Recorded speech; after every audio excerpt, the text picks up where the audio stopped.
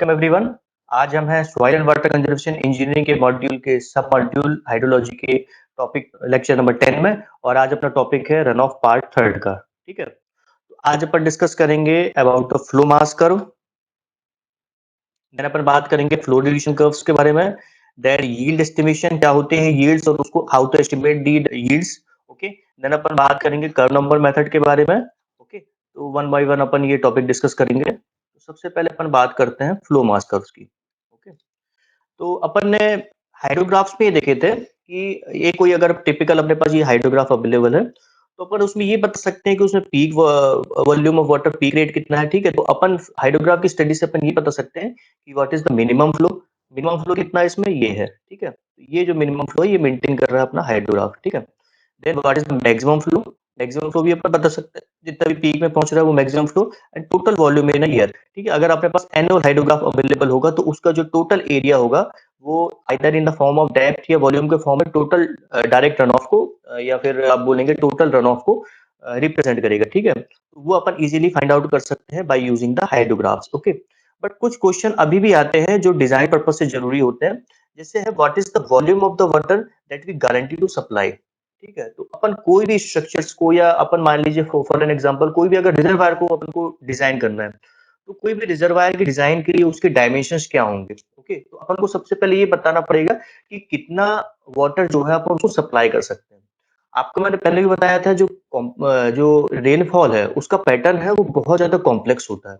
तो run of जो है वो भी बहुत कॉम्प्लेक्स होता है। ठीक है, तो उनका जो प्रेडिक्शन करना वो बहुत हो सकता है कि कुछ 1-2 साल में अच्छा रन ऑफ जनरेट हो, then third year fourth year में कम रन ऑफ जनरेट हो।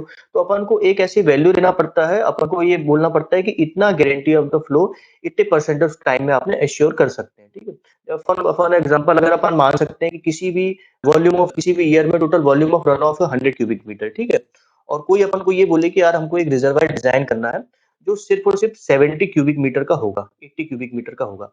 अब आप हमको ये बताइए कि 80 क्यूबिक मीटर आप कितने टाइम पीरियड में एश्योर कर सकते हैं हमको।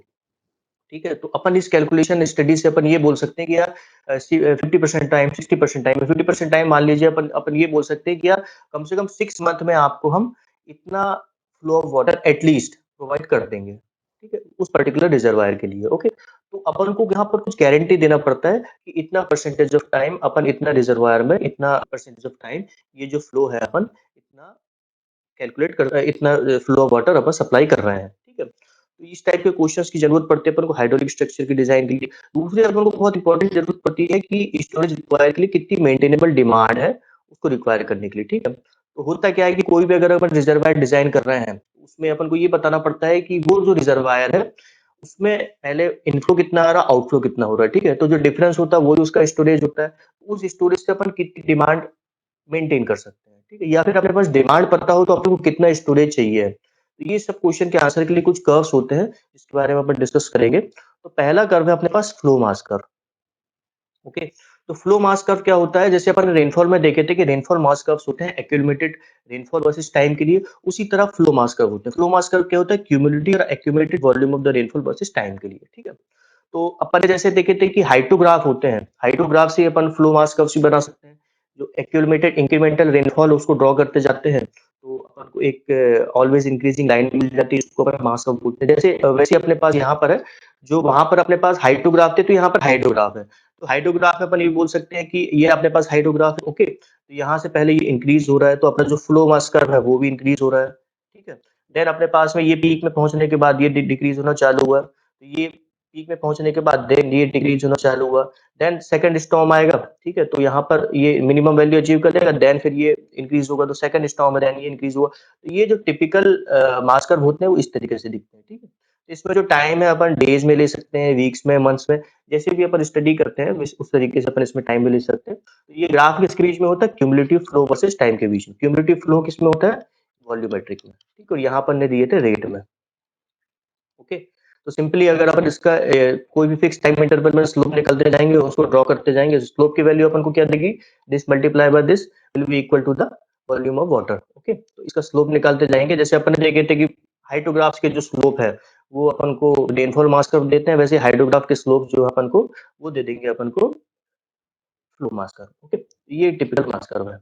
अच्छा अपन एक चीज़ ये फॉर एन एग्ज़ाम्पल कि अगर इस ये हाइड्रोग्राफ का ये मास कर्व आप इसमें देख सकते हैं कि सबसे पहले अपने पास स्लाइट डिक्रीज़ हुआ, ठीक है? स्लाइट डिक्रीज़ हुआ देन ये मास कर्व जो है ये चढ़ना चालू हुआ, इंक्रीज़ हुआ अप टू द पीक पहुँच गया, ये यहाँ पर जाके पीक में पहुँच गया, देन ये डिक्रीज़ होना चालू किया, डिक्रीज़ होने के बाद में यहाँ पर जो स्टॉक वो एंड हो गया, देन ये अपने पास में दूसरा जो है वो कर्व स्टार्ट हो जाएगा, ओके? तो अपन ये मान सकते हैं कि ये इस हाइड्रोग्राफ का ये मास कर्व है, ठीक है? अपन अगर बात करें कोई मिनिमम एवरेज वैल्यू की, ठीक है? अपन ये मान मान सकते हैं कि ये अपने पास क्यू मैक्स है और ये अपने पास क्यू मिनिमम है, ठीक है? ये अपने पास मिनिमम फ्लो रेट है और ये मैक्सिमम फ्लो रेट है। अगर अपन एवरेज निकालें दोनों का तो ये कहीं लाइन अपन को मिलेगी, ये अपने पास क्यू एवरेज लाइन, ठीक है? तो अपन मान सकते हैं फॉर एन एग्जांपल अपन मान के चलिए कि कोई एक ये मास कर्व है किसी भी वाटरशेड के आउटलेट पे ऐसे बना हुआ है, मान लीजिए ये इसका आउटलेट है, ठीक है? और अपन मान सकते हैं कि यहाँ पर एक कोई रिजर्वायर है, ओके? और यहीं पर अपना ये मेजरमेंट हो रहा है, जिसमें अपन ने हाइड्रोग्राफ को जनरेट किए हैं, ठीक है? तो जो भी पानी आ रहा है वो इसमें जा रहा है और जो भी यहाँ पर डिमांड एग्रीकल्चर पर्पज़ के लिए, डोमेस्टिक वाटर के लिए वो इसे सप्लाई हो रही है, ठीक है? तो अपन ये बोल सकते हैं कि मान लीजिए कि ये जो ये लाइन है अपनी ये डिमांड लाइन है, ओके? इतना अपन को फ्लो रेट कंसिस्टेंटली अगर अपन को चाहिए है, फॉर एन एग्जांपल अज़्यूम कर रहे हैं, इतना कंसिस्टेंट वाटर अपन को चाहिए है to meet our demands, okay? तो ये अपन मान लेते हैं कि ये जो एवरेज लाइन ये डिमांड लाइन है, ओके? यहाँ पर भी अगर इसको अपन वॉल्यूमेट्रिक टर्म में अगर देखेंगे फ्लो मास कर्व में तो अपन मान सकते हैं कि ये जो लाइन है, ये अपनी डिमांड लाइन है, ठीक है? जो कि है एवरेज लाइन, ठीक है? यहाँ पर अपन बोल सकते हैं एवरेज लाइन और डिमांड लाइन है। तो अपन मान सकते हैं कि जैसे इस टाइम ऑफ पीरियड पे जो डिमांड थी अपनी ज़्यादा थी, ठीक है? तो बट फ्लो रेट जो था वो कम था, ठीक है? तो अपन ने जो वाटर है वो यहाँ स्टोरेज फैसिलिटी से लिए, लोकल जो डिमांड को पूरी करने के लिए। तो ये अपने पास एक डेफिसिट आ गया, ठीक है? तो इसमें अपन क्या है स्टोरेज से वाटर यूज़ कर रहे हैं। देन इस टाइम के बाद में क्या हुआ कि जो फ्लो है वो अपने पास बढ़ गया, ठीक है? फ्लो बढ़ गया है तो जितना भी एडिशनल वाटर आ रहा होगा, वो डिमांड के अतिरिक्त जो वाटर है, वो स्टोरेज फैसिलिटी में ट्रांसफर होने लगा है, ठीक है? देन अपने पास वापस से डेफिसिट आया है, तो वापस से यहाँ पर फ्लो रेट कम हो गया है और जो भी एडिशनल वाटर है, वो अपन डोमेस्टिक वाटर जो भी वाटर सप्लाई कर रहे हैं, वो अपने स्टोरेज के लिए रिजर्वायर से यूज़ करके अपन सप्लाई दे रहे हैं, ठीक है? बात यहाँ पर अपन एवरेज की कर रहे हैं। इसका मतलब ये है कि ये जो एक्सेस वाटर है, एक्सेस फ्लो रेट है और ये डेफिसिट फ्लो रेट है, ये इक्वल होंगे, ठीक है? तो ये अगर यहाँ पर कोई डेफिसिट है, तो ये डेफिसिट प्लस ये डेफिसिट इक्वल टू ये होगा क्योंकि अपन एवरेज है यहाँ पर, ठीक है? अपन एवरेज ले रहे हैं। यहाँ पर भी अपन ये बोल सकते हैं कि यहाँ पर जो ये डिमांड लाइन है वॉल्यूमेट्रिक फॉर्म है, ओके? तो यहाँ पर अपना अवेलेबिलिटी थी वो कम थी, तो ये अपने पास डेफिसिट बन गया, बट ये अपने पास एडिशनल सप्लाई बन गया यहाँ पर, ठीक है? तो एक पर्टिकुलर स्टॉर्म के लिए बोल सकते हैं कि ये डेफिसिट इक्वल टू होगा एक्सेस। अगर डेफिसिट और एक्सेस अगर इक्वल है, तो अपन ये बोल सकते हैं कि ये मैक्सिमम डिमांड अपन सप्लाई कर सकते हैं। क्योंकि अगर पास जितना ही एक्सेस है उतने अपन डेफिसिट में जा रहा है, तो उसके अतिरिक्त तो अपन पानी वैसे दे नहीं सकते, उस डिमांड को पूरी कर नहीं सकते। तो ये मैक्सिमम डिमांड अपन अचीव कर सकते हैं, ठीक है? तो अपन ये बोल सकते हैं कि ये मैक्सिमम मेंटेनेबल डिमांड है, जो अपन फुलफिल कर सकते हैं, ओके? तो इस पॉइंट को थोड़ा याद रखिएगा, अपन आगे और यूज़ करेंगे इसके कैलकुलेशन में, okay?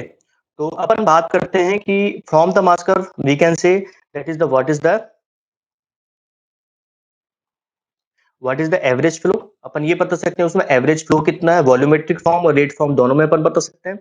What is the minimum rate which can maintain, okay? तो फॉर एन एग्जांपल अगर बात करते हैं अपन इस मास कर्व की, ठीक है? तो अपन ये बात कर सकते हैं इस हाइड्रोग्राफ की, ये अपने पास मैक्सिमम था और ये अपने पास मिनिमम फ्लो रेट था, ठीक है?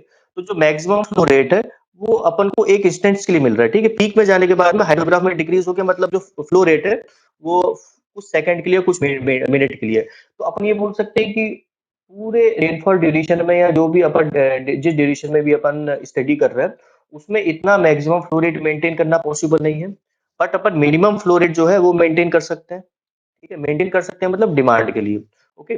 कोई अगर सप्लाई करने के लिए बोले कि यार ये क्यू मैक्स वाली जो है इतना मैग्नीट्यूड ऑफ फ्लो रेट आप सप्लाई करिए, तो वो अपन ये बोल सकते हैं कि यार उसको मेंटेन नहीं कर सकते होल ड्यूरेशन के लिए, बट क्यू मिनिमम जो मेंटेन कर सकते हैं। तो अपन ये दोनों चीजें बोल सकते हैं कि what is the minimum rate which can maintain, ठीक है? और दूसरा अपन ये बोल सकते हैं what is the maximum rate which can maintain, okay? तो दोनों चीजें हैं इसमें। अगर maximum maximum rate which can maintain मतलब यहाँ पर बात आ जाती है, ये तो अपन मेंटेन नहीं सकते Q max, but upon maintainable maximum demand जो कि अपन ने बात की थी एवरेज लाइन की, ठीक है? तो ये लाइन जो है मैक्सिमम मेंटेनेबल डिमांड हो गई, इतनी डिमांड मैक्सिमम अपन, और ये वाली जो लाइन रेट की जो अपन दिखा रहे हैं क्यू एवरेज की, इतनी मैक्सिमम डिमांड अगर अपन अचीव कर सकते हैं, बट जो शर्त क्या है इसमें, कंडीशन क्या है कि उतना स्टोरेज अवेलेबल होना चाहिए, जो भी अपन को रिक्वायर्ड है, क्योंकि जब भी डेफिसिट में जाएगा तो अपन स्टोरेज से वाटर लेंगे, और एक्सेस में जाएगा तो स्टोरेज में वाटर जाएगा, ठीक है। वॉल्यूमेट्रिक और फ्लो रेट दोनों में अपन ने देखे थे कि डेफिसिट और एक्सेस आ रहा है, तो अपने पास सफिशिएंट स्टोरेज अवेलेबल है, तो हम इतनी मैक्सिमम मैक्सिमम डिमांड को मेंटेन कर सकते हैं, ठीक है। ये इसका कंसेप्ट है।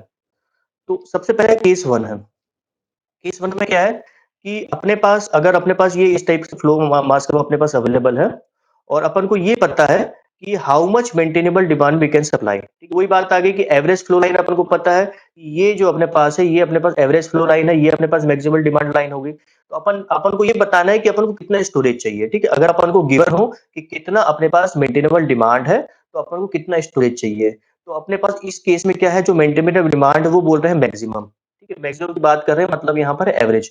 तो अपन ये मान लेते हैं कि ये अपने पास जो गिवन है एवरेज फ्लो लाइन, ये भी मैक्सिमम मैक्सिमम डिमांड है, ओके। तो अपन मान लेते हैं कि ड्यूरिंग दो पीक, ठीक है, तो यहाँ पर कुछ रेजेस बन रहे हैं और कुछ वैलीज बन रही है। तो वैली पोर्शन है, जो मैक्सिमम ऑर्डिनेट का डिफरेंस होगा, वही अपना होगा स्टोरेज, ठीक है, स्टोरेज कैपेसिटी। इतना स्टोरेज कैपेसिटी की अपन को जरूरत है, ठीक है। जो भी मैक्सिमम ऑर्डिनेट होगा, यहाँ पर जो भी डिफरेंस होगा, उतनी वॉल्यूमेट्रिक कैपेसिटी का अपन को रिजर्वायर जरूरत है, ठीक है। तो आप देखेंगे कि रिजर्वायर की स्टडीज के लिए हमेशा वॉल्यूमेट्रिक फॉर्म में ही अपन इसकी रीडिंग्स लेते हैं, फ्लो रेट के फॉर्म में नहीं लेते हैं, क्योंकि क्या होता है कि कोई भी रिजर्वायर को डिजाइन करते हैं एक पूरे वाटर ईयर के लिए, एक पूरे साल के लिए। तो पूरे साल में अपन को यहाँ पर स्टडी करना है एनुअल की। तो फॉर एन एग्जांपल अगर मानते हैं कि अगर ये कोई एनुअल स्टडी कर रहे हैं अपन अपन, हाँ, और मान लेते हैं कि पीक ड्राई पीरियड जून में करीबन जो है वो लीस्ट वाटर है अपने पास, बट जो डिमांड है अपने पास, अपन मेंटेनेबल डिमांड जो है अपने पास ये है मैक्सिमम मेंटेनेबल डिमांड। उस टाइम में जो भी डेफिसिट बन रहा है अपने पास, ठीक है, दोनों का, तो अपन वो बोल सकते हैं कि वो जो है अपने पास रिक्वायर्ड कैपेसिटी होगी उस रिजर्वायर की, ठीक है। इस तरीके से इसकी स्टोरेज कैपेसिटी निकालते हैं। दूसरी अपने पास कंडीशन ये है कि अपने पास डिमांड गिवन है और अपन को स्टोरेज निकालना है, ओके। सेम वही चीज आ गई, यहाँ पर जो है पहले अपन थी एवरेज लाइन ले रहे थे, तो मैक्सिमम डिमांड जो अपन वो मेंटेन कर रहे हैं, ठीक है, तो उसी को अपन डिमांड मान लिया।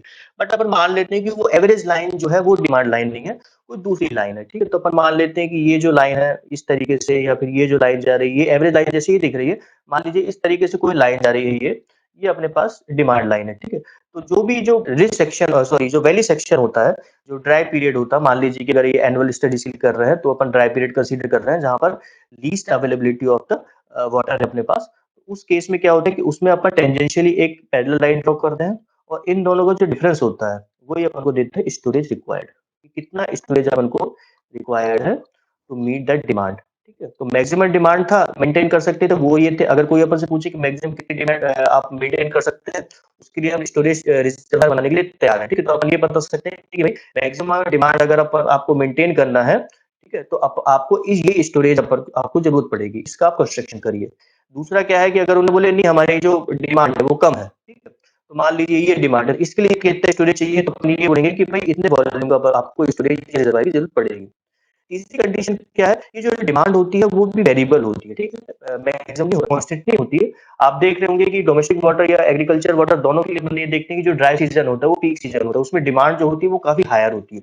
उस केस में क्या है कि जो डिमांड लाइन है वो भी वेरी करती है। तो मान लीजिए कि ये मानसून सीजन था, विंटर सीजन था, देन ड्राई सीजन आया, उसमें पीक में पहुंच गई वाटर डिमांड, ओके। देन फिर मानसून सीजन आया, देन फिर रिड्यूस हो गई। तो और ये है अपने पास वाटर सप्लाई है, तो ड्राई सीजन में जाने के बाद मिनिमम हो गई, ठीक है। तो यहाँ कंसेप्ट वही है कि जो मैक्सिमम डिफरेंस होगा, ठीक है, मैक्सिमम डिफरेंस होगा रिज और वैली का, ठीक है। तो इन दोनों का जो मैक्सिमम डिफरेंस होता है वही अपन को दे देता है स्टोरेज, ठीक है। तो वेरिएबल डिमांड में क्या करेंगे अपन, the maximum difference between the two ordinates will give the value of the storage required, ठीक है। तो यहाँ पर अपन इस तरीके से स्टोरेज रिक्वायर्ड करते हैं, ठीक है। तो दो टाइप की चीजें हैं। अगर कांस्टेंट डिमांड है तो अपन यहाँ पर एक टेंजेंशियल लाइन खींच के इसके पैरेलल में इसके डिफरेंस ले लेते हैं ऑर्डिनेट्स का, और अगर अपन वेरिएबल डिमांड है तो मैक्सिमम डिफरेंस ले लेते हैं, ठीक है। तीसरी टाइप की अपना केस है कि अगर अपने पास स्टोरेज गिवन है, ठीक है, अगर कोई अपन से ये बोले कि यार हमारे पास स्टोरेज गिवन है, ठीक है, कि इतना स्टोरेज ऑफ द रिजर्वायर है अपने पास, तो इतने स्टोरेज के लिए आप कितनी डिमांड को फुलफिल कर सकते हैं। तो यहाँ पर क्या है कि अपने पास स्टोरेज गिवन है, बट अपन को डिमांड लाइन जो है मेंटेनेबल डिमांड लाइन वो ड्रॉ करना है, ठीक है। तो अपन मान लेते हैं कि ये अपने पास है स्टोरेज अवेलेबल, ठीक है। तो इसको अपन इस तरीके से फिट करेंगे कि ये इसके कोऑर्डिनेट में फिट हो जाए, ठीक है? ये यहाँ पर फिट हो जाए। जैसे अपन ने केसेस देखे थे, ये पैरेलल लाइन है, पैरेलल लाइन के बीच में जो ऑर्डिनरी डिफरेंस होता है, उसी तरीके से अपन ये करते हैं कि ये एस को यहाँ पर फिट करने की कोशिश करते हैं, और जो भी वैल्यू आती है उसको अपन नोट डाउन कर लेते हैं, ठीक है? बट ये स्टडी और मल्टीपल स्टॉर्म्स, मल्टीपल ईयर के लिए अपन करते हैं, ठीक है? तो हर एक के लिए अपन को ये एस को फिक्स करके अपने पास मल्टीपल क्यू वैल्यू हो जाती है, मल्टीपल वॉल्यूमेट्रिक वैल्यू हो जाती है, ठीक है? और जैसे अपन मान लेते हैं D1, ठीक है? जो D1 थी अपने पास, वो पहले ईयर की जो डिमांड है, उतनी फुलफिल कर सकते हैं अपन, ठीक है? सेकंड ईयर में अपन माने कि D2 जो है, D2 जो इतनी डिमांड अपन फुलफिल कर रहे हैं, तो जो मिनिमम होगा डी का, ठीक है? तो एन नंबर ऑफ स्टडीज अपन करते हैं, और इन सब में जो मिनिमम वैल्यू होगी अपन वो बोलेंगे कि उतनी मेंटेनेबल डिमांड है, फॉर दैट स्टोरेज हम मेंटेन कर सकते हैं, ठीक है? तो ये तरीका होता है। तो फ्लो मास कर्व में आप इजीली देख लिए कि बहुत सिंपल कैलकुलेशन होता है। सबसे पहले अपन मैक्सिमम मेंटेनेबल डिमांड, अगर कोई पूछे तो अपन वो बता सकते हैं कि उसकी एवरेज लाइन ही मैक्सिमम मेंटेनेबल डिमांड है। कंडीशन क्या है? स्टोरेज रिक्वायर होना चाहिए, ठीक है? अगर कितना स्टोरेज चाहिए है, तो यहाँ पर मैक्सिमम मेंटेनेबल डिमांड है, जो अपन इतना मेंटेन कर रहे हैं, अगर स्टोरेज रिक्वायर्ड है। अगर उसके लिए स्टोरेज कितना चाहिए है, तो वो अपन ये बता देंगे भाई इतना की स्टोरेज चाहिए, अगर आपको मैक्सिमम मेंटेनेबल डिमांड अचीव करना है तो, ठीक है?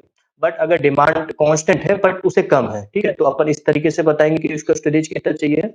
देन अपन बात करेंगे कि डिमांड है वो भी वेरिएबल है, ठीक है? तो ये यहाँ पर अपन इस तरीके से बताएंगे कितना स्टोरेज चाहिए। तो ये पहला केस हो गया, पूरा स्टोरेज कितना अपन को चाहिए रिजर्वायर में, जो रिजर्वायर की कैपेसिटी है वो कितनी चाहिए, उसका कैलकुलेशन है। दूसरा कैलकुलेशन है अपने पास कि अपने पास स्टोरेज अवेलेबल है, उसकी अपने पास कैलकुलेशन अवेलेबल है, तो उसमें अपन कितनी मैक्सिमम जो डिमांड है वो अचीव कर सकते हैं, ठीक है?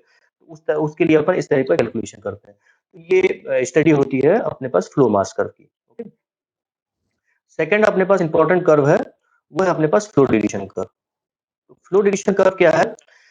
डिजाइन पर्पज से हाइड्रोलिक स्ट्रक्चर की डिजाइन में एक और बहुत इंपॉर्टेंट क्वेश्चन होता है। पहला जो अपन ने देखा था रिजर्वायर के डिजाइन के लिए जो है वो यूज होता है अपने पास flow mass curve. But flow deletion curve क्या होता है? यहाँ पर बात करते हैं अपन रेट की।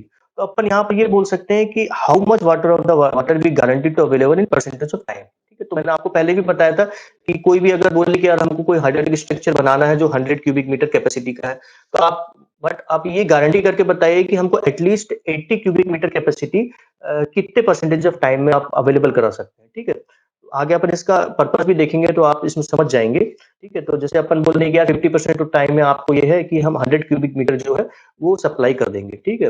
By using from that stream, ठीक है? तो इस टाइप के आंसर करने के लिए अपन फ्लो रिलेशन कर्व्स का यूज करते हैं, ठीक है? इसका मतलब क्या है कि we assure that at least this much of the flow will available with the percentage of time, ठीक है? तो अपन मान सकते हैं कि कोई भी एक मैग्नीट्यूड का जो है अपने पास फ्लो, वो इतने परसेंटेज ऑफ टाइम में आपके अवेलेबल रहेगा ही। तो ये डिजाइन पर्पस के लिए ये भी बहुत इंपॉर्टेंट होता है, ये डेटा। ओके, तो इनको मैंने बताया था आपको डिपेंडेबल स्ट्रेटेजी बोलते हैं, ठीक है? तो क्योंकि इसमें डिपेंडेबिलिटी का अपन कैलकुलेशन करते हैं। तो फ्लो डिलीशन कर्व्स क्या है?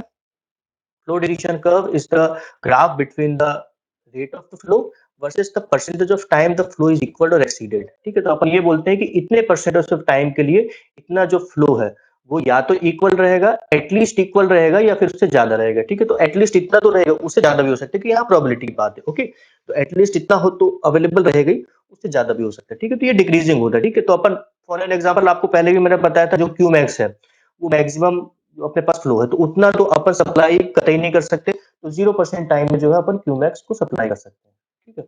क्यूमैक्स को जो है वो 0% टाइम में अपन सप्लाई कर, क्योंकि वो एक इंस्टेंस के लिए आया है, ठीक है? अगर उसको एनुअल अगर अपन स्टडी कर रहे हैं फ्लोडिएशन कर्व के लिए, तो आप बोल रहे हैं कुछ सेकंड के लिए आया, तो अपन 0% टाइम में वो क्यूमैक्स को मेंटेन कर सकते हैं। बट जो क्यू मिनिमम है उसको अपन 100% टाइम में, अगर साल के लिए बात करें तो पूरे 12 महीने जो क्यू मिनिमम हुआ आप सप्लाई कर सकते हैं। क्यू एवरेज की बात करेंगे तो कोई यहाँ बीच में होगा क्यू एवरेज, जो अपन 50% ऑफ टाइम में अपन सप्लाई कर सकते हैं। मतलब अगर 12 महीना है तो 6 महीने हम जो है इतना रेट ऑफ फ्लो सप्लाई कर सकते हैं, ठीक है? तो उसका एक तरीका है कि अगर अपने पास हाइड्रोग्राफ है, तो अगर अपने पास 50% ऑफ टाइम की बात करें, मतलब 50% ऑफ टाइम बेस ले लेते हैं T/2, इसको फिक्स करते हैं, तो जो वैल्यू आएगी वो आ जाएगी Q50, ठीक है? और ऐसे ही अपन अगर 75% की बात करें तो 75% ऑफ टीबी ले लेते हैं, 3/4 टीबी, और जो भी फिट करते हैं तो अपने पास Q75 की वैल्यू हो जाएगी, ठीक है? तो इस टाइप के ग्राफ कंस्ट्रक्ट करते हैं। इसमें ये होता है Qmax और ये होता है Qmin, ठीक है? और आगे बढ़ेंगे इसकी दूसरी अप्रोच है इसको कंस्ट्रक्ट करने की, ठीक है? तो पर्पस क्या है?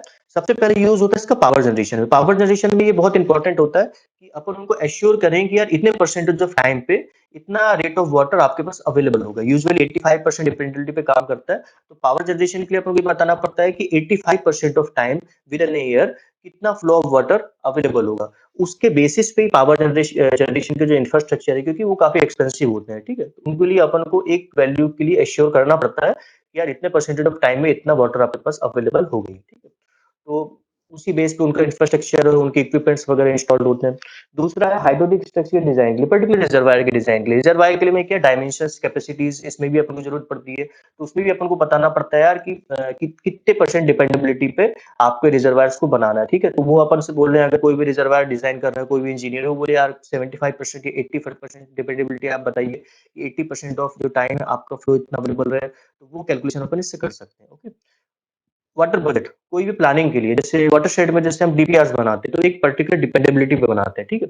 वो डिपेंडेबिलिटी क्या है कि अपन को एश्योर कर रही है कि इतने परसेंटेज ऑफ टाइम में इतना वाटर अवेलेबल हो जाएगा। उसी के बेस पे अपन प्लानिंग करते हैं और उस प्लानिंग का पार्ट होता है वाटर बजट को बनाना। ठीक है? तो ये भी बहुत इंपॉर्टेंट पॉइंट है। ना how to derive this flow duration curves. बहुत इजी मैटर था, जैसे अपन रेनफॉल में पढ़े थे फ्रीक्वेंसी एनालिसिस में, वहां पर अपन रेनफॉल की फ्रीक्वेंसी एनालिसिस किए थे, यहाँ पर रन ऑफ की फ्रीक्वेंसी एनालिसिस करते हैं, ठीक है? तो अपन क्या करते हैं, सबसे पहले हिस्टोरिक डेटा ऑफ फ्लो है उसको निकालते हैं। ये फ्लो जो है वो रेट के फॉर्म में भी हो सकता है, वॉल्यूमेट्रिक फॉर्म में भी हो सकता है, एनुअली भी हो सकता है, मंथली भी हो सकता है, डेली भी हो सकता है, स्टॉर्म वाइज भी हो सकता है। जैसे भी आप स्टडी करना चाहो, जिस जो भी पर्पस है आपका, ठीक है? अगर आप कोई हाइड्रोलिक स्ट्रक्चर डिजाइन कर रहे हैं एक पर्टिकुलर स्टॉर्म्स के लिए, तो वो पीक डेटा आप लेंगे कोई एक पर्टिकुलर स्टॉर्म का। आप रिजर्वायर्स की डिजाइन कर रहे हैं, तो आप स्टॉर्म का नहीं देखेंगे, आप एनुअल डेटा लेंगे, ठीक है? फॉर 12 ईयर्स के लिए, ठीक है? तो वॉल्यूमेट्रिक डेटा देंगे रिजर्वायर्स के लिए। तो जैसे भी आपको आपको चाहिए वो फ्लो का डेटा, अपन को हिस्टोरिक डेटा चाहिए, वो अपन यहाँ पर लिख देते हैं, ठीक है? For an number of years के लिए। उसके बाद उसको अपन लिख देते हैं असेंडिंग ऑर्डर। असेंडिंग ऑर्डर मतलब क्या, हाईएस्ट पहले होगा, देन लोअर, देन सबसे लोएस्ट वैल्यू, ठीक है? जो एन नंबर वाली होगी लोएस्ट वैल्यू, सबको एक रैंक असाइन कर देते हैं। हाईएस्ट होगा फर्स्ट रैंक का, then second, third up to the N number, ठीक है? देन अपन वेबुल का यूज करके, फॉर्मूला का यूज करके इसकी प्रोबेबिलिटी निकाल लेते हैं कि ये प्रोबेबिलिटी ऑफ ऑकरेंस क्या है इस मैग्नीट्यूड ऑफ फ्लो के लिए, ठीक है? इस मैग्नीट्यूड ऑफ फ्लो के लिए कितनी प्रोबेबिलिटी है वो अपन निकाल लेते हैं, ठीक है? और उसके एसोसिएटेड अपन रिटर्न वैल्यू निकाल, रिटर्न पीरियड निकाल। रिटर्न पीरियड का फॉर्मूला क्या था, T is equal to 1/p। ये एक अपन बोलते हैं n+1/m।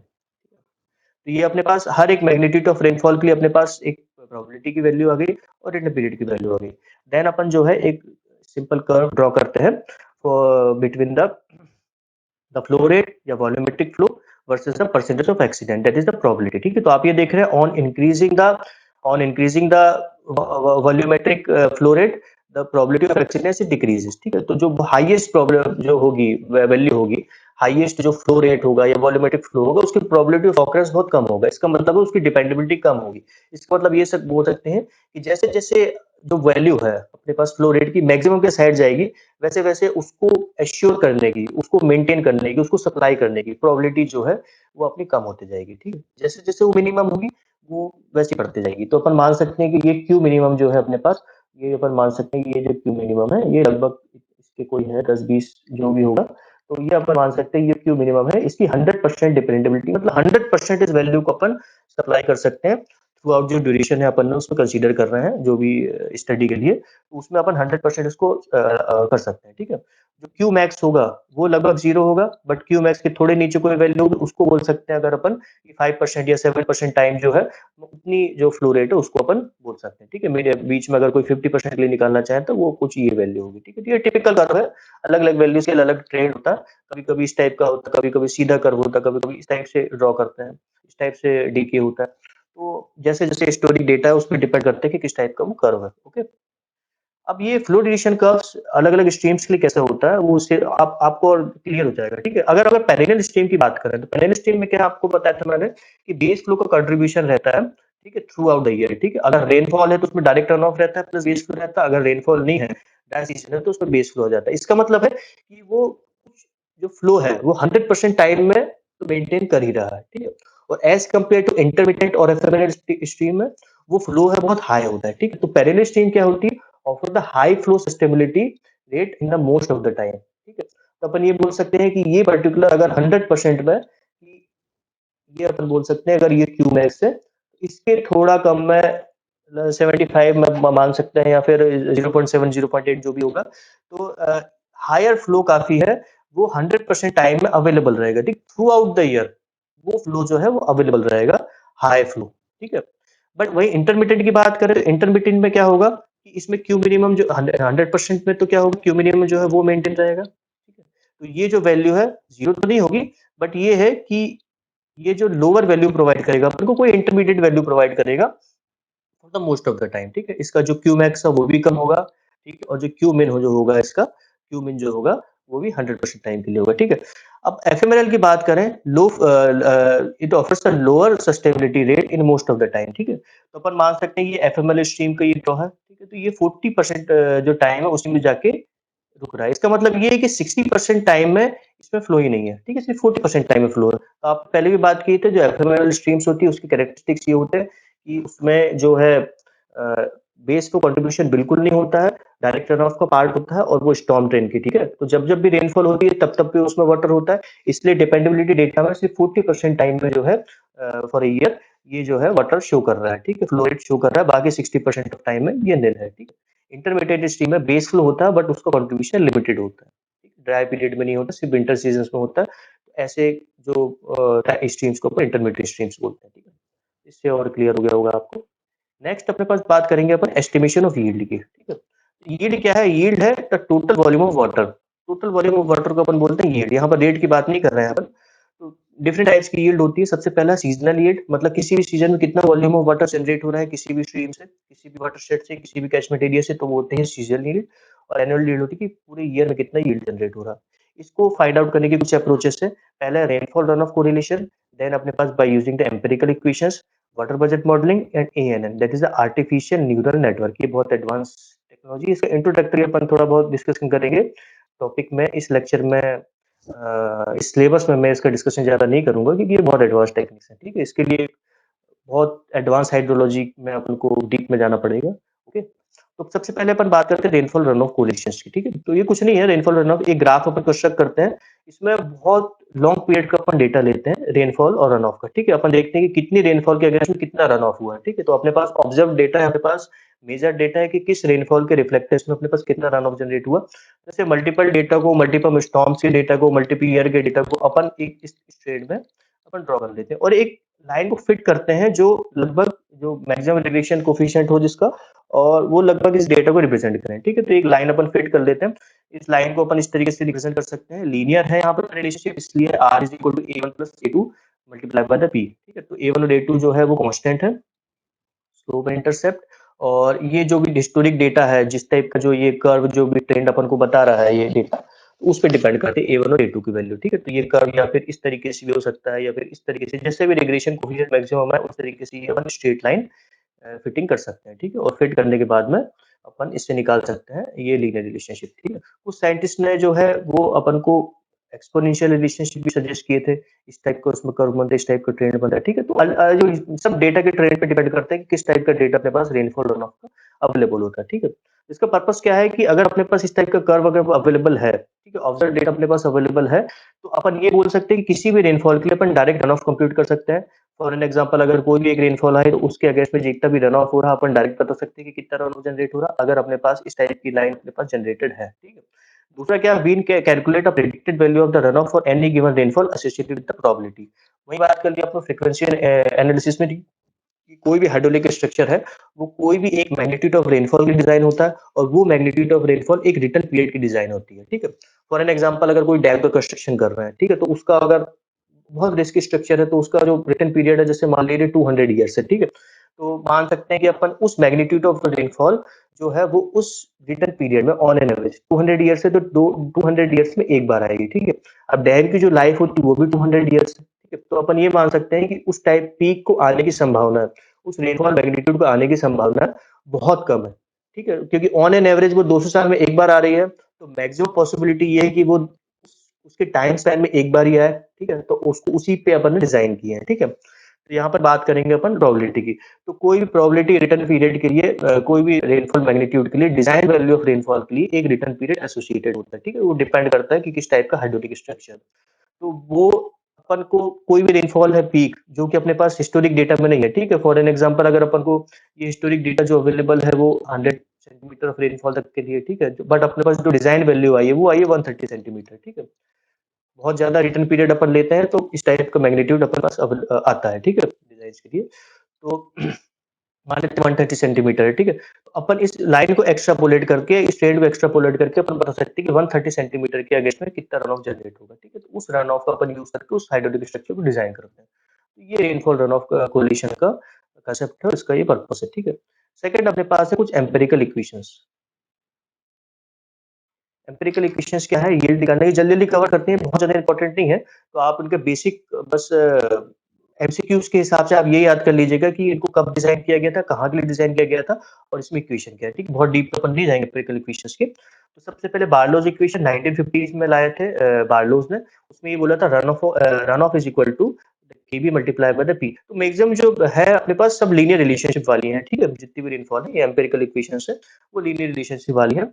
ये क्या है कि जिस एरिया के लिए डिजाइन की गई है उसके रेनफॉल रन ऑफ के कोरिलेशंस को लिया गया और अल्टीमेटली वही लाइन फिट करके एक इक्वेशन जनरेट की गई है। ओके, तो यहाँ पर जो केबी है वो रन ऑफ कोफिशिएंट है। रन ऑफ कोफिशिएंट जो है कि वो डिपेंड करता है कैचमेंट एरिया पे सीजन रेनफॉल पे। तो बार्लोस ने क्या बोला था कि ये रन ऑफ कोफिशिएंट है। तो कोई भी अगर टेबल यहाँ पर स्टैंडर्ड टेबल है जिसमें कैचमेंट टाइप है और सीजनल रेनफॉल कितनी है और उसके लिए रन ऑफ कोफिशिएंट कितना है, ठीक है? तो हर एक कैचमेंट एरिया सीजन के लिए एक रन ऑफ कोफिशिएंट डिफाइन है। तो डायरेक्ट इस वो जो भी कैचमेंट टाइप है, जो भी सीजनल रेनफॉल है, उसके बेस पे अपन रन ऑफ कोफिशिएंट निकाल लेते हैं, देन उसको मल्टीप्लाई कर देते हैं टोटल प्रेसिपिटेशन से, तो रन ऑफ हो जाता है, ठीक है? एनुअल। देन अपन बात करते हैं स्टेज टेबल की। मोस्ट वाइडली यूज्ड मेथड है 1872 में लाए थे, ठीक है? फॉर महाराष्ट्र और कर्नाटक रीजन के लिए डिफाइन किए थे, ठीक है? तो इसमें क्या बोले थे कि एनुअल रन ऑफ, यहाँ पर एक रन ऑफ रेशियो की बात की थी, ठीक है? एक कोफिशिएंट की बात किए थे। तो इसमें एक टेबल रहती थी अपने पास में जिसमें क्या था कि अपने पास कैचमेंट टाइप रहता था। कैचमेंट टाइप 3 टाइप के होते थे, गुड, एवरेज और बैड। गुड जो होता है वो हाई रन ऑफ वॉल्यूम अगर प्रोड्यूस कर रहा है कोई भी कैचमेंट तो वो होगा गुड कैचमेंट। एवरेज होता है कि कोई इंटरमीडिएट रन ऑफ करे और बैड कैचमेंट है तो वो लो रन ऑफ प्रोड्यूस करे, ठीक है? तो अगर हाई रन ऑफ कंट्रीब्यूट कर रहा है तो उसकी परमिलिटी लो होगी, बैरन लैंड होगा, ऑब्वियसली आपको पता है। मीडियम परमिलिटी तो मीडियम रन ऑफ जनरेट होगा और उसका लो रन ऑफ पोटेंशियल है तो वो हाई परमिलिटी फॉरेस्ट लैंड होगा, वहाँ पर इंटरसेप्शन लॉसेस ज़्यादा होंगे, दूसरे लॉ से ज़्यादा होंगे, इसलिए उसके बैड बैड कैचमेंट का जिक्र करते हैं, ठीक है? तो डिफरेंट टाइप के कैचमेंट के लिए और डिफरेंट टाइप की मानसून रेनफॉल के लिए एक जो वैल्यू है अपने पास रन ऑफ कोफिशिएंट की वैल्यू असाइन रहती थी, ठीक है? इस रन ऑफ कोफिशिएंट को टोटल रेनफॉल से मल्टीप्लाई कर देते तो अपन को मिल जाता था रन ऑफ, ठीक है? Total run of volume. तो ये एनुअल के लिए है। डेली के लिए इन लोगों ने सरफेस स्टेट को डिफाइन किया था स्टेट टेबल में कि ड्राई और वेट सरफेस, ठीक है? तो ये एएमसी पे डिपेंड करता है। एएमसी मतलब होता है एंटीसिडेंट मॉइस्चर कंटेंट, मतलब ऑन द प्रीसीडिंग डे 1 से 2, 3, 4 दिन, उसके 2-4 दिन पहले अगर वहाँ पर बारिश हुई है, वहाँ पर रेनफॉल हुई, इसका मतलब वहाँ पर मॉइस्चर कंटेंट हाई है, तो उसमें रन ऑफ ज़्यादा होगा, ठीक है? तो यहाँ पर डेली के लिए इस पॉइंट को भी कंसीडर किए थे और वो डिपेंड किए थे कि ड्राई है कि वेट है, तो ड्राई अगर सॉइल होगी, वेट सॉइल होगी, तो उसके लिए जो रन ऑफ कोएफिशिएंट है, वो अलग-अलग होगा, ठीक है? तो इससे अपन रन ऑफ कोएफिशिएंट निकाल के, रन ऑफ रेशियो निकाल के अपन रन ऑफ का वॉल्यूम इज़िली कैलकुलेट कर सकते हैं, ठीक है? देन अपन बात करते हैं इंग्लिश और डिसूजा की, ठीक है? इंग्लिश डिसूजा ने किए थे घाट्स और डेक्कन के लिए 1929 में। घाट के लिए क्या फॉर्मूला था? R is equal to 0.85 P minus 30.5 P is the rainfall, तो अपन इसमें रन ऑफ वैल्यू निकाल सकते हैं। डेक्कन प्लेटिंग के लिए क्या था? 1/254 P माइनस 17.8, ठीक है? तो इससे भी अपन इज़िली निकाल सकते हैं कितना रन ऑफ वॉल्यूम जनरेट हो रहा है एनुअली। खोसला ने जो है वो मंथली रन ऑफ का फॉर्मूला दिया था। ये बहुत इंपॉर्टेंट है, ये काफ़ी बार पूछता है ये क्वेश्चन, है ना? तो खोसला ने 1960 में, बाकी सब ऊपर वाला अपन ने देखे सब एनुअल के लिए था, बट जो एक्सचेंज है उनने डेली रन ऑफ का फॉर्मूला दिया था। ये बहुत वाइडली यूज नहीं, इसलिए बहुत ज्यादा इसकी चर्चा नहीं करते हैं लोग। तो ये डिपेंड करता है बट सरफेस स्टेट, ठीक है? बाकी सब जितने भी एम्पिरिकल इक्वेशंस है एनुअल है, बट खोसला ने जो मंथली दिया था, इन्हें ये बोला था runoff is equal to होता प्रेसिपिटेशन माइनस लॉसेस, ठीक है? तो ये आर होता मंथली रन ऑफ, ये होता मंथली रेनफॉल। एल का फॉर्मूला दिया था 0.48, where the 4 is the T is the mean monthly temperature in degree centigrade. तो आपने देखे थे जितने भी टेम्परेचर होता है, इवोपरेशन ज्यादा, इवोपोट्रांसपिरेशन ज्यादा होता है, ठीक है? तो उससे थोड़ा कोरिलेट करते हुए इनने लॉसेस को कंसीडर किए थे 0.48, और जहां पर टी है अपने पास मीन मंथली टेम्परेचर, ठीक है? तो ये अपने एम्पिरिकल इक्वेशंस है। एम्पिरिकल इक्वेशंस के ड्रॉबैक एक ही है, आपको मैंने पहले भी बताया था कि ये जिस एरिया में डिजाइन की गई है, जिस एरिया के लिए डिराइव की गई है, उसी में एक्सेप्टेबल होती है, ठीक है? बाकी एरिया में ये प्रिसाइज वैल्यू नहीं देते हैं, ठीक है? तो ये एम्पिरिकल इक्वेशंस। देन अपन बात करते हैं मोस्ट इंपोर्टेंट एम्पिरिकल इक्वेशन की, जिसको बोलते हैं अपन कर्व नंबर। ओके, तो कर्व नंबर जो है 1972 में एससीएस यूनाइटेड स्टेट्स में डेवलप किया गया था, और ये मोस्ट वाइडली यूज्ड मेथड है, और ये डेली रन ऑफ अपन को प्रोवाइड करता है, ठीक है? इसमें एनुअल रन ऑफ की बात नहीं है, इसमें डेली रन ऑफ की बात की गई, ठीक है? तो ये बेस्ड होता है वाटर बैलेंस अप्रोच पे। वाटर बैलेंस अप्रोच क्या है? Precipitation is equal to initial losses plus infiltration plus runoff, ठीक है? तो ये अपन को पता है कि ये जो टोटल होता है वो बराबर होना चाहिए प्रेसिपिटेशन की वाटर बैलेंस से। ओके, तो यहाँ पर आई है जो है वो इनिशियल लॉस मतलब initial interception depression storage. Okay, और अपने पास क्यू है जो है वो run of. Okay, and P is the precipitation. ठीक है, तो अपन एक बात कर रहे हैं कि एचसीएस कर्व नंबर ने ये बोले थे कि जो आई है, आई ये होता है वो फंक्शन ऑफ द एस होगा। एस मतलब यहाँ पर बात करते हैं सॉइल मॉइस्चर रिटेंशन की। सॉइल मॉइस्चर रिटेंशन मतलब आप मान सकते हैं कि इनफिल्ट्रेशन कैपेसिटी की। ठीक है, तो अपन ये बात कर सकते हैं कि जो इनिशियल लॉसेस है, ठीक है, जो अपने पास टोटल लॉस हो रहा है, तो टोटल लॉसेस जो है उसमें कुछ काफी एक बड़ा पार्ट है इन्फिल्ट्रेशन का। ठीक है, तो आपने देखे होते कि जब रेनफॉल होती है, ठीक है, तो एवोपरेशन एवोपोट्रांसपिरेशन उस ड्यूरेशन ऑफ द रेनफॉल में, क्योंकि यहाँ पर डेली बात कर रहे हैं तो ये एक बहुत शॉर्ट ड्यूरेशन है। उस ड्यूरेशन में पर्टिकुलर स्टॉर्म के लिए एवोपरेशन और एवोपोट्रांसपिरेशन बहुत नेग्लिजिबल होता है। ठीक है, जो मैक्सिमम लॉसेस होते हैं वो इन्फिल्ट्रेशन से ही होते हैं। ठीक है, इंटरसेप्शन डिप्लीशन स्टोरेज होते हैं, बट उसका मैक्सिमम जो पार्ट है वो इन्फिल्ट्रेशन। आपने पहले भी अपन ने देखे थे कि जो इंटरसेप्शन लॉसेस है, इनिशियल लॉसेस 10 to 20% होते हैं। ठीक है, तो मान लेते हैं कि जो बच्चा हुआ 60-70% पार्ट है, 80% पार्ट है वो इन्फिल्ट्रेशन के थ्रू लॉस हो रहा है। ठीक, बट इन्फिल्ट्रेशन में भी क्या होता है कि अपन ने एक देखे थे कि moisture content versus theta versus depth के बीच में एक अपन ने देखे थे जोन्स बनाते हैं अलग अलग। ऊपर सेचुरेशन जोन्स होता है, वेटिंग जोन होते हैं। ठीक है, वेटिंग जोन के बाद में यहाँ से आगे प्रेसिपिटेशन का जो इन्फ्लुएंस है वो खत्म हो जाता है। ठीक है, तो अपन ये मान सकते हैं ये जो सॉइल है वो अफेक्ट कर रही है प्रेसिपिटेशन से, तो इसकी एक कैपेसिटी है। ठीक है, जो कि इन्फिल्ट्रेशन कैपेसिटी, या फिर अपन बोल सकते हैं जो सॉइल रिटेंशन कैपेसिटी। ठीक है, जो सॉइल रिटेंशन कैपेसिटी है, तो जो ऊपर वाली सॉइल है उस सैचुरेट हो गई, उसने तो अचीव कर ली, but most of the soil जो अनसैचुरेटेड है, ठीक है, जो इंटरमीडिएट जोन है अपने पास या वेटेड जोन है, उसकी जो सॉइल है वो अनसैचुरेटेड, इसका मतलब है वो रिटेंशन अचीव नहीं किया। ठीक है, तो अपन ये बोल सकते हैं कि जो इन्फिल्ट्रेशन से टोटल लॉसेस हो रहा है वो कुछ factor multiply bye soil moisture retention हो रहा है। ठीक है, तो मान लेते हैं कि अगर यहाँ पर सॉइल मॉइस्चर रिटेंशन जो कैपेसिटी थी वो 100 क्यूबिक मीटर थी। ठीक है, मीटर क्यूब थी, बट जो रेनफॉल के कारण जो यहाँ पर सैचुरेशन ऊपर वाली सॉइल में हो गया सैचुरेशन, ठीक है, पर नीचे वाली सॉइल अनसैचुरेटेड है, तो कुछ 70 या 80 क्यूबिक मीटर ही इनने जो है सॉइल मॉइस्चर रिटेन हुआ है। ठीक है, तो ये सॉइल मॉइस्चर रिटेन कहाँ से हुआ? रेनफॉल से। ठीक है, तो अपन ये बोल सकते हैं कि जो लॉसेस है, ठीक है, उसमें मेजर पार्ट है इन्फिल्ट्रेशन का, और इन्फिल्ट्रेशन में भी मोस्ट ऑफ द पार्ट जो है वो रिटेन हो रहा है, तो एक some constant multiply by the soil moisture retention, ये कांस्टेंट ये अपने पास जो है मॉइस्चर रिटेन हो रहा है। ठीक है, तो ये कंसेप्ट आप याद रखिएगा। तो अपने क्या है कि इसमें एक वाटर बैलेंस अप्रोच से कि ट्रायंगुलर जो है ट्रायंगल थ्योरी अपने लगाया है, तो अपन ये बोल सकते हैं कि अगर इस ट्रायंगल थोड़ी सी 2 ट्रायंगल बन रहे हैं, आप ये मान के चलिए कि ठीक है, तो ये क्यू है अपने पास जिसमें एक्चुअल रन ऑफ, तो क्यू अपने पास एक्चुअल रन ऑफ है upon the maximum run of. Maximum run of कितना होगा? पी माइनस आई है। ठीक है, प्रेसिपिटेशन माइनस लॉसेस और equal to the runoff. इससे ज्यादा रन ऑफ जनरेट नहीं हो सकता। ठीक है, तो ये रन ऑफ पोटेंशियल भी बोल सकते हैं कि ये मैक्सिमम रन ऑफ जनरेट हुआ। इक्वल टू होगा अपने पास actual soil retention. Actual soil retention कितना हो रहा है? P minus Q minus I, ये एक्चुअली हो रहा है। ठीक है, जितना भी लॉसेस हो रहा है माइनस जितना भी रन ऑफ है माइनस प्रेसिपिटेशन माइनस करेंगे, तो ये एक्चुअल सॉइल रिटेंशन है। ठीक है, रिटेंशन मतलब इन्फिल्ट्रेशन है। ठीक है, मैक्सिमम सॉइल रिटेंशन किससे अपने डिनोट किया? एस से। ठीक है, तो यहाँ पर एक नई वैल्यू आई है एस, जो है मैक्सिमम सॉइल रिटेंशन, मतलब इसकी मैक्सिमम कैपेसिटी थी सॉइल रिटेंशन की, उससे ज्यादा रिटेन नहीं हो सकते, उससे ज्यादा इन्फिल्ट्रेशन लॉस नहीं हो सकता। मान लीजिए अगर यहाँ 100 क्यूबिक मीटर कैपेसिटी है, तो अपन मान लेते हैं कि जो सॉइल रिटेंशन हुआ है वो भी 100 हुआ है। ठीक है, तो इससे ज्यादा सॉइल रिटेंशन इन्फिल्ट्रेशन नहीं हो सकता। ठीक है, तो इसको रीअरेंज करके अपन को एक फॉर्मूला जनरेट हुआ।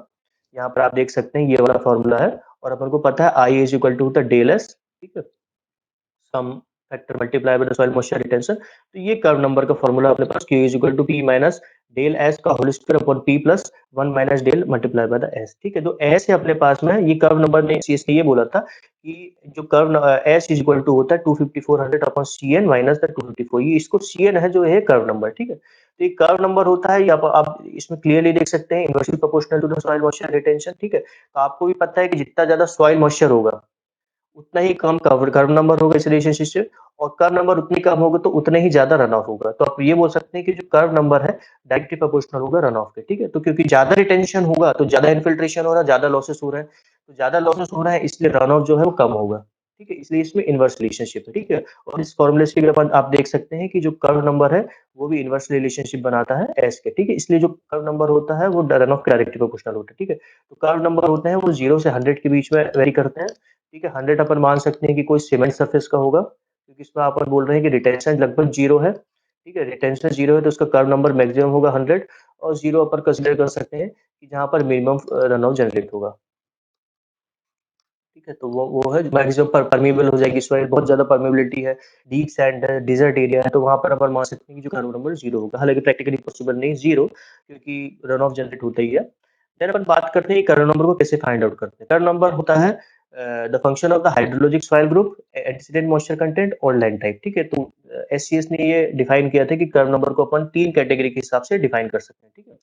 सबसे पहले हाइड्रोलॉजिक सॉइल ग्रुप में है group A B C D. ठीक है? तो किस टाइप की सॉइल है, जैसे हाई परमेबिलिटी डीप सैंड है तो लोएस्ट रन ऑफ पोटेंशियल होगा। क्लियर हो रहा है, ज्यादातर वाटर इन्फिल्ट्रेट हो रहा है तो उसका जो ज्यादातर वाटर तो उसका एज जो वो ज्यादा होगा, इसलिए जो रन ऑफ होगा उसका कम होगा। ठीक है? इसलिए जो कर्व नंबर होगा उसको भी कम होगा। ठीक है? मॉडरेटली लो में थोड़ा सा कम होगा, लोवेस्ट रन ऑफ पोटेंशियल, ये मॉडरेटली हाई परमेबिलिटी सॉइल के लिए करते हैं। फिर ग्रुप सी अपन है मॉडरेटली लो परमेबिलिटी सॉइल के लिए। Then highest runoff potential group D में होगा। ठीक है? तो इसमें जो होगा कर्व नंबर बहुत ज्यादा होगा, ये इक्विवेलेंट टू 100। ठीक है? और इसमें जो रन ऑफ होगा वो भी ज्यादा होगा। ठीक है? इसलिए ये किस टाइप की सॉइल में होता है, लो परमेबिलिटी सॉइल में, डीप बेड सॉइल में, जिसमें परमेबिलिटी बहुत ज्यादा लोएस्ट होती है, इसलिए इन्फिल्ट्रेशन लॉसेस होता है बहुत कम होता है, इसलिए मैक्सिमम पार्टिसिपेशन होता है वाटर का, वो रन ऑफ में होता है। ठीक है? एंटीसीडेंट मॉइस्चर कंटेंट आपको पहले भी बताया था कि प्रीसीडिंग डेज में, जिस डे में अपन कैलकुलेट कर रहे हैं उसके 2 3 4 5 दिन पहले कितना उसमें वहां पर रेनफॉल हुई है और वहां की सॉइल ने कितना मॉइस्चर गेन की है। ठीक है? तो एएमसी 1 जो होता है वो ड्राई सॉइल होती है, लो रन ऑफ पोटेंशियल यूज करती है क्योंकि वहां पर लो मॉइस्चर होता है।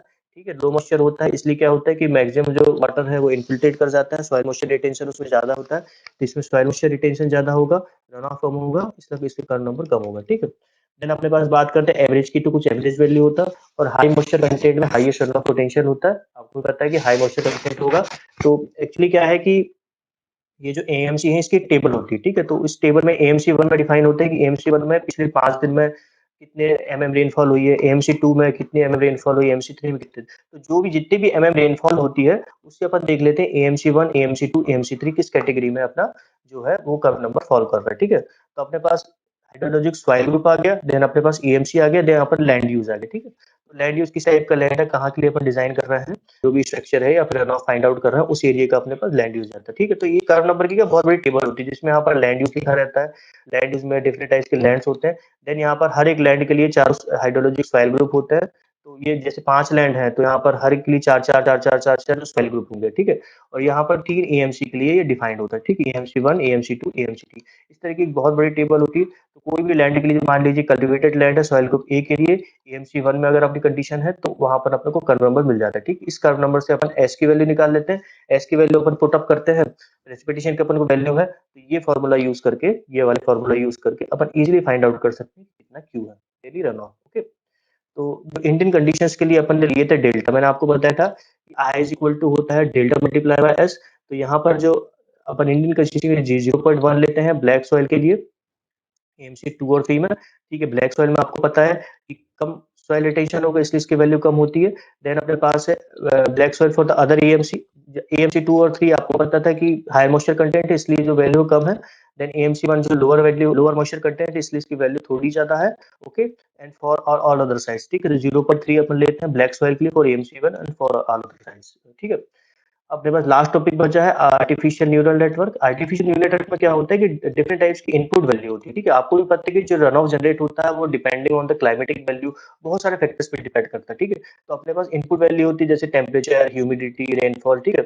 और ये बीच में होते हैं न्यूरॉन्स। ठीक है? बहुत सारे न्यूरॉन्स की लेयर होती है और ये न्यूरॉन्स की लेयर पर को सिंगल आउटपुट वैल्यू डिफाइन करती है जो कि होता है रन ऑफ। इस टाइप का एक आर्टिफिशियल न्यूरल नेटवर्क होता है जिसमें मल्टीपल इनपुट वैल्यू के लिए वो न्यूरॉन से पास होने के बाद में ये जो है अपन को सिंगल आउटपुट वैल्यू प्रोवाइड करता है। ठीक है? So this is the end of the lecture 10। और नेक्स्ट जो लेक्चर रहेगा उसमें अपन पार्ट 5 के बारे में डिस्कस करेंगे, जो भी रिमेनिंग रह गए हैं टॉपिक्स रन ऑफ के वो डिस्कस करेंगे। आपको कोई भी डाउट होगा, कोई भी कंफ्यूजन हुआ तो मुझे आप कमेंट बॉक्स में पूछ लीजिएगा। ठीक है? Thank you.